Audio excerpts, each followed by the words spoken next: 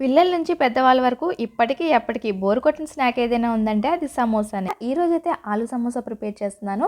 దీనికోసం కప్పు మైదాని, అలాగే కొంచెం వాముని నలిపి వేసేసుకుని, కొంచెం ఉప్పు, అలాగే నూనె వేసుకుని ఒకసారి కలుపుకున్న తర్వాత కొద్దిగా నీళ్లు పోసుకుంటూ ఈ విధంగా పిండి ముద్దనైతే కలిపేసి పక్కన పెట్టేసుకున్నాను. కొంచెం ఆయిల్ తడి చేసేసుకొని మొత్తం ఒకసారి తడిపేసి పిండిని మూత పెట్టేసి పక్కన పెట్టేసుకొని బంగాళదుంపలను అయితే ఉడకపెట్టేసుకున్న తర్వాత అలాగే వాటర్తో వేసేయకుండా ఒక క్లాత్ మీద ఆరబెట్టుకుని వేసుకుంటే సమోసాలోకి స్టఫ్ బాగా వస్తుందన్నమాట. సో చల్లారిన తర్వాత పీల్ తీసి పక్కన పెట్టేసి ప్యాన్లో కొద్దిగా నూనె వేసుకుని ఉల్లిపాయలు, పచ్చిమిర్చి, అలాగే ధనియాలని కచ్చాపచ్చాక దంచేసి వేసుకుని కొంచెం బఠానీ యాడ్ చేసుకుని కాస్త ఫ్రై అయిన తర్వాత కొంచెం జీలకర్ర పొడి, ధనియాల పొడి, నెక్స్ట్ చాట్ మసాలా, అలాగే తగినంత ఉప్పు, కారం కూడా యాడ్ చేసేసుకొని ఒకసారి చక్కగా ఫ్రై చేసుకుని మసాలా అంతా కొంచెం ఫ్రై అయిన తర్వాత ఉడకపెట్టి పీల్ తీసుకున్న బంగాళదుంప ముక్కలన్నింటినీ వేసేసుకొని చక్కగా మెదిపేసుకొని స్టవ్ని ఆఫ్ చేసిన తర్వాత ఒక నిమ్మకాయ చెక్కని చక్కగా పిండేసుకుంటే సమోసాలోకి స్టఫ్ అయితే రెడీ అయిపోతుంది. దీన్ని పక్కన పెట్టేసుకొని కొంచెం చల్లారిన తర్వాత సమోసాలను అయితే ప్రిపేర్ చేసుకోవాలి.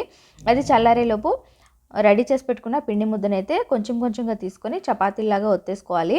ఆలు సమోసా చేయడం చాలా ఈజీగా ఉంటుందన్నమాట. ఎందుకంటే చపాతీలు చేసేసుకొని చక్కగా కట్ చేసేసుకొని ఈ విధంగా ఫోల్డ్ చేసుకుంటే చాలా సింపుల్గా అయితే ఆలు సమోసా ఫోల్డింగ్ అయితే అయిపోతుందన్నమాట. చక్కగా కట్ చేసుకుని ఈ విధంగా ఫోల్డ్ చేసేసుకొని రెడీ చేసుకున్న స్టఫ్ని అయితే ఇందులో పెట్టేసుకొని ఈ విధంగా మడత పెట్టేసుకుంటే సమోసా షేప్ అయితే ఈజీగా వచ్చేస్తుంది అనమాట. ఇలా సమోసాలన్నీ ప్రిపేర్ చేసేలోపు స్టవ్ వెలిగించేసి ఆయిల్ పెట్టేసుకుంటే ఆయిల్ అయితే కాగుతూ ఉంటుంది.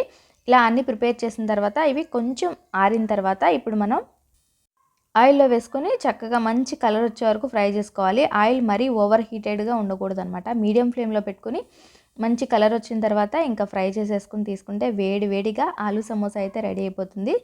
దీనిలో కెచప్ అలాగే కాంబినేషన్ వచ్చేసి పచ్చిమిర్చితో బాగుంటుంది కదా. సో అదే నూనెలో 4 పచ్చిమిరపకాయలు వేసుకుని ఫ్రై చేసుకుని కొంచెం ఉప్పు చల్లుకొని సమోసాలు తింటూ పచ్చిమిర్చి నంచుకుంటే భలే బాగుంటుంది. నచ్చితే తప్పకుండా ఒక లైక్ చేయండి. Thank you so much.